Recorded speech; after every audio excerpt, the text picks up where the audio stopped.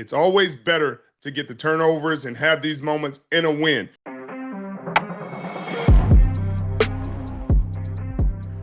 Welcome back to the Richard Sherman podcast. And what a game on Monday night. The Seattle Seahawks pull off the home victory against the Houston Texans in what looked like a dominant performance early on, but the Houston Texans clawed back in with really supreme defense and playmaking. Derek Stingley had an incredible interception.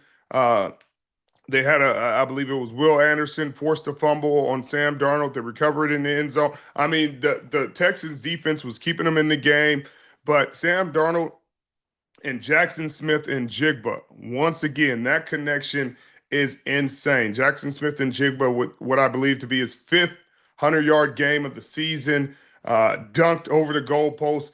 That fine is going to be coming in the mail, no question about it. The Seahawks moved to 5-2. Tied for that logjam at the top of the division with the LA Rams and the San Francisco 49ers. This division is going to come down to the wire, as I thought it would. But I want to talk about this game. The Seahawks defense is stingy. I mean, they're stingy on the ground, through the air, and they're healthier. It was good to see Tariq Woolen back out there making plays, swagging. You know, they got their celebrations. They doing their thing. The D-line has just got so much depth. The rotation is strong. The backups come in. They're strong. Ernest Jones gets an interception in the game, playing at a really high level. It's time to start talking about Pro Bowls for that man. And Josh Jobe played some good football today, but didn't want to catch the football. He could have had an interception, maybe two. But come on, Josh Jobe. You don't want to win the Super Bowl and drive off in a Honda. You got to catch that. You got to catch the money. There's only so much out there. I thought Byron Murphy played a good game. Jaron Reed continues to dominate. Leonard Williams was all over the place in this game. He continues to lead by example. DeMarcus Lawrence was disruptive. I mean, you could say this, Boye Mafe. You saw him in coverage. He made an incredible deflection in coverage. And Mike Macdonald. Mike Macdonald's schemes are just beautiful to watch because it's the complexity. It's the way he's manipulating the offensive line, the way he's putting his guys in position, who he's dropping, the way he even coaches and teaches these guys this system. And then Nick Emmanwori. All over the field. You saw him in coverage multiple times. You see him blitzing, explosive. You see him batting passes down. He's the Swiss Army knife. He's the engine that's going to help this Seattle Seahawks defense take a step to the next level. But this is the perfect way to go into a bye. You had a hard-fought game, some things you can correct. You know, the Arroyo fumble, that's something that's a coachable moment for a rookie tight end who's growing. You can coach over that. The Cooper Kupp double pass interception was a head scratcher. I usually when you get the double pass from the receiver, it's a go route, something simple where they could just lob it up, receiver comes under it. But that looked like a dig. I'm like, if we just gonna play action and throw digs, you might as well let Sam Darnold, the quarterback, do it. But who am I? It's sometimes fun to get cute. But that ended up being an interception. The Sting, like we talked about earlier, the Stingley interception was tough. And then the four turnovers in the game, and to still find a way to win at home. It's obviously been publicized and the struggles at home to come home and really dominate for a good portion of that game and still be able to find a way to win at the end. This is just a sound football team in Seattle. They're doing the little things right. The offensive line, they're struggling at times. This was a really great pass rush from the Houston Texans. They have a really talented defensive line, so you got to give credit where it's due there. They have a talented secondary. They were still able to put points on the board, enough points to win this game and come out with a win. They'll go into a bye week, got a chance to get healthy, a chance to correct some of the things that were ailing them. And if you look at last year when they went into the bye week, Mike Macdonald was not playing during the bye week last year. He made massive changes to the defense. He replaced I believe, if I'm not mistaken, he traded away his starting linebacker. They cut one. They brought Ernest Jones into the fold, started him. Tyrese Knight became the other starter, and the defense took a step forward after the bye. So I expect some changes this year. Obviously, 5-2, they're really happy with that record, but they're always looking to get better. I'm looking forward to seeing what adjustments, what changes they make this year during the bye week because those corrections last year were phenomenal. They helped. I mean, those guys are still making plays for this team. There's a lot of trade candidates, a lot of teams that are in fire sales right now. The Miami Dolphins and New York Jets being two of the ones that come to mind right now. It doesn't look like they need help at receiver. I saw that Tyler Lockett asked for his release. I'm sure he's looking to go to a contender and maybe get a chance to continue his career this year and chase some postseason glory. I wouldn't expect them to look for that, but maybe some offensive line depth.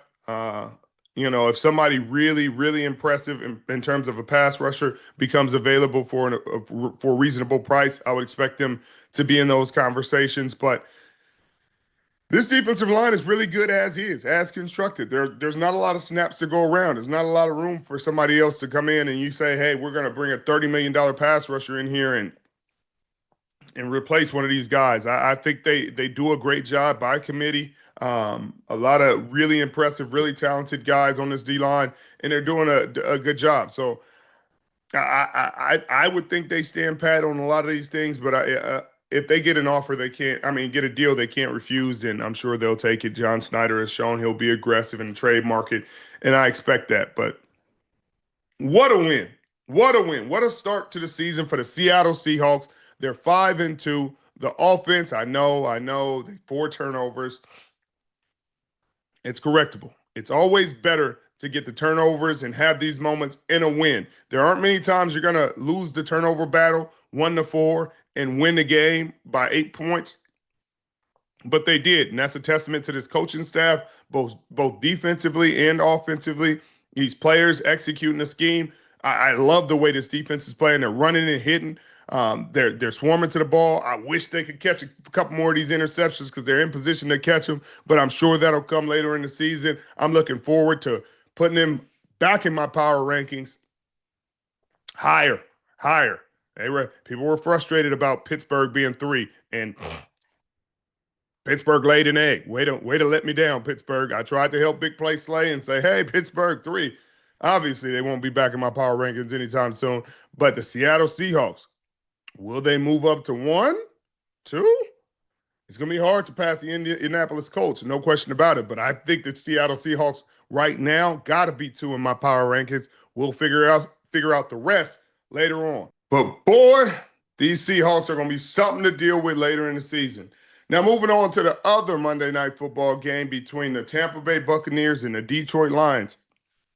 It definitely went a lot different than I thought it was going to go. I thought this would be a shootout, a battle. Detroit dominated almost from the start of the game. There was a couple hiccups in there. Jared Goff fumbled. He missed a couple throws, threw an interception late in the game. And Tampa Bay took advantage of those things. But I thought Jahmyr Gibbs, this may have been one of the best games that I've seen him play. He had about over 200 yards, total offense, 136 yards rushing on 17 carries. An incredible run, a really cool spin. I mean, it just looked like he had eyes in the back of his head on that play. It looked like he was stuffed near the goal line. He spun. The defender shot the gap right as he spun. I mean, it was poetic. It was beautiful. And I know Detroit fans are excited right now about the player he is and the playmaking. Even when Jared Goff, he was 20 of 29 for 241 and a touchdown and interception. Even when he's a little off, you still feel dominant. And Detroit has a streak of 51 consecutive games without losing 2 in a row. That's an incredible streak, and that's a testament to Dan Campbell and his philosophy and the way this team battles and the way this team fights and the way this team continues to go. But shout out to Jake Bates, man. He missed a 54-yarder in this game, but doinked in a 58-yarder. Kickers right now, I didn't think that this kicking ball, this K-ball deal this new rule they made would make as big of a difference as it has. But man, it 55 plus isn't what it used to be. 55 plus used to be hold your breath, wait, I'm not sure. And right now it's almost automatic. I think it's probably above 70% for kickers right now, knocking these 50 plus yarders down. And that's really cool to see. I gotta say, and I know my guy Mitch is in here, and I know all my people in Honolulu Blue are excited. They're 5-2. They just beat the number one team in my power rankings. They're wondering where they're gonna be. You're gonna have to wait and see, Detroit. But I'll tell you this. I will tell you this. Like I said before, I'm gonna have the Indianapolis Colts at 1. The Seattle Seahawks are gonna be 2. Can Detroit be 3? Can Detroit be 3? I don't know. Your division rival, the Green Bay Packers, Micah Parsons, 3 sacks this week. Now, can they be 3? You're going to have to wait and see, baby. You're going to have to wait and see.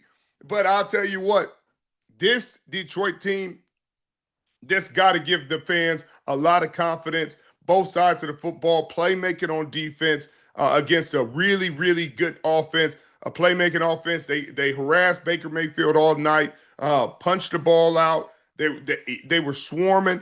I love when I see this kind of game, a complete game from a team like the Detroit Lions, a team that came in this season with high expectations. It's been a little bit up and down against contenders. Let's say it. Against the Green Bay Packers, it wasn't a great showing. And then against the Super Bowl runner-up Kansas City Chiefs, it looked like they took them to the woodshed. But then you get in this game against the Tampa Bay Buccaneers, and you look like the team everybody expected you to be coming into this season. I didn't hear no talking about Ben Johnson. I didn't talk about I'm not hearing nothing about these missing coordinators when this team is dominant. And that's good to see. I look forward to seeing them late in the season. It's going to be interesting because, like I said before, this league has a lot of parity right now. Every time you think, because I thought the Tampa Bay Buccaneers are on the run, on a roll. They're clearly a favorite in the NFC. And then the Detroit Lions remind me, hey, don't forget about us. Not so fast, my friend. As the great Lee Corso you would say. You can't count them out. And I'm not going to count them out. I'm going to put them back in my power rankings. I appreciate y'all always for joining me. You could be anywhere in the world, but you're here with me, and I sure do appreciate it. Please, please don't forget to hit that sub button if you're new. I'll see you next time.